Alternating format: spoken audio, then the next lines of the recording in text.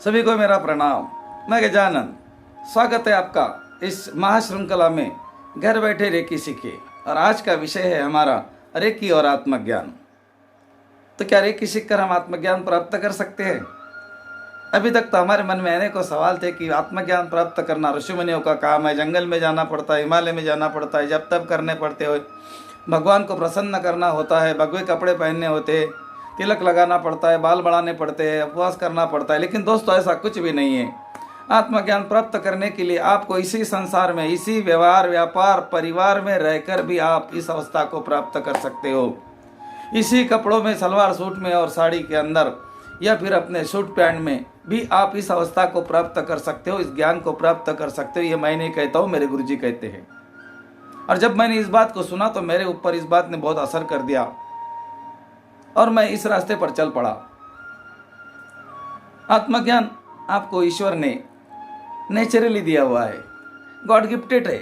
ये तो आपका स्वभाव है, खुश रहना, शांत रहना, हंसते रहना, अमीर बनना आपका अधिकार है। लेकिन हम नियमों को नहीं जानकर खुद को दुखी, परेशान, गरीब बना देते हैं।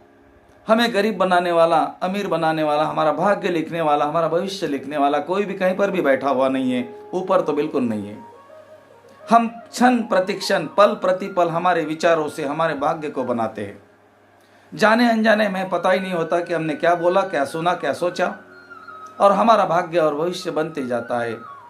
अगर अच्छा बना तो हम भगवान का धन्यवाद करते हैं, और बुरा बना, खराब बना तो हम दोष देते हैं खुद को। लेकिन दोस्तों, आपका भविष्य बनाने वाले और आपका भाग्य बनाने वाले सिर्फ आप हो। You are a creator. आप बनाते हो आपका भाग्य और आपका भविष्य आपके विचारों से। आत्मज्ञान को प्राप्त करने के लिए आपको कोई भी करने की जरूरत नहीं है। आप आराम से इस अवस्था को प्राप्त कर सकते हो, लेकिन इसके लिए आपके अंदर की कुछ चीजों का बाहर निकलना बहुत जरूरी है, जिसको मेरे गुरुजी पेट्रोल की टंकियां बोलते हैं और मैं इसको रावण बोलता हूं। मेरे गुरुजी ने बोला था, आपके अंदर की 5 पेट्रोल की टंकियां जब निकल जाएंगी तो आप अपने आप इस मार्ग के ऊपर चलना शुरू कर देंगे। और मैं बोलता हूं, ये रावण अगर आपके अंदर का जल गया, जो बाहर का रावण जलाते हैं ना, बाहर का रावण जलाने के बजाय अगर हमने ये दशहरा हमारे अंदर मना दिया तो ये बहुत ही अच्छा हो जाएगा आपको इस रास्ते पर चलने के लिए। हमारे अंदर 5 ज्ञानेंद्रिय और 5 कर्मेंद्रिय के माध्यम से हमारी जो धारणा है, हमारी जो कल्पना, हमारी जो मान्यता बनी हुई है, उस धारणा को और मान्यताओं को तोड़ना ही इस रावण का दहन करना है। और जब ये रावण जलने लगता है, दहन होने लगता है, तो आपके अंदर का आपका स्वरूप उजागर होने लगता है, आपका जागरण शुरू हो जाता है। फिर आपके लिए डर, चिंता, परेशानी, दुख, बीमारी, असहायपना, ये तो दूर दूर तक आपके पास में नहीं रहते हैं और आप एक अच्छा जीवन जीना शुरू कर देते हैं।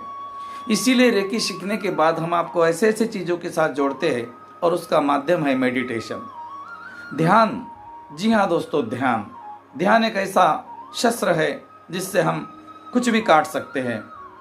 विचारों को काटना असंभव है, लेकिन ध्यान के माध्यम से हम विचारों को काट सकते हैं। और जब विचारे के जाले हमारे जीवन से कट जाते हैं तो हमें पता चल जाता है कि हु आई एम, मैं कौन हूं। क्या सचमुच मैं इतना शक्तिशाली हूं?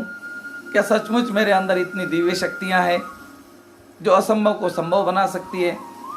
और ये शक्तियां मुझे गॉड गिफ्टेड है। जब हम पैदा हो गए तभी ईश्वर ने हमारे अंदर वो शक्तियां दे दी है कि ये ले सारी शक्तियां, पहचान अपनी शक्तियों को और जी ले। उठ जाग रे हे इंसान, अपनी शक्तियों को पहचान, ईश्वर ने भर दी है तुझ में बिल्कुल अपनी जैसी शान, बिल्कुल अपनी जैसी शान। तो उठो, जागो और भागो। किसने रोका है आपको? आपने रोका। आपने आपको रोका है, किसी ने नहीं रोकने वाला, कोई रोकने वाला बाहर नहीं है। You are a creator. तैयारी करो, उठो, जागो, कुछ नहीं करना है, एक एक चीज को अपने अंदर लेना है, समझना है। अगर आपने हमारे पूरे के पूरे एपिसोड देखे तो मैं गारंटी देता हूं आपको, आपका जागरण होना निश्चित है। इसीलिए सब्सक्राइब जरूर करना मेरे भाई। आज के लिए इतना ही। आते हैं एक अगले विषय के साथ। धन्यवाद। Thank you.